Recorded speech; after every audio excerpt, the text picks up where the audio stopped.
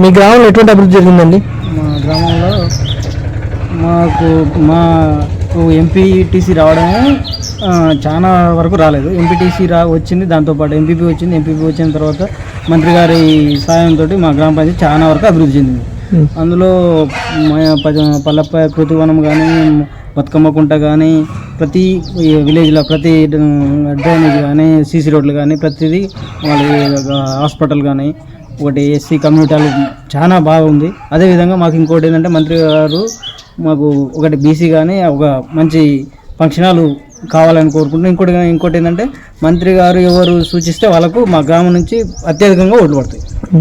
రానున్న parliament sarpanch election ఉద్దేశించి మీ గ్రామ ప్రజలకు మీరు ఏం చెప్తారు సార్? ఇప్పుడు మాకు మంత్రి గారు మంచి అవకాశం ఇచ్చిండు, మంచిగా చేసిన వాటికి మంత్రి గారు చెప్పిన మనిషికి ప్రతి ఒక్కరితోటి ఓట్లు వేపిస్తాం. అందరు కూడా ఓట్లు వేస్తారు. మీ గ్రామంలో ప్రధానంగా ఉన్న సమస్యలు ఏంటి సార్? ఇప్పుడు ప్రస్తుతం అంటూ సమస్య ఏం లేదు కానీ మెయిన్ ఒక ఫంక్షన్ హాల్ కావాలి మన ఊరికి.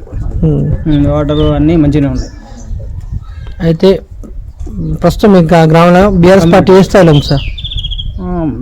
అసలు మేజర్గా అదే ఉన్నది, వేరే ఏం పార్టీ లేదు. మొన్న ఎంత లీడ్ ఇచ్చారు మీ గ్రామంలో? జగదీష్ రెడ్డికి ఎన్ని ఓట్లు పడ్డాయి?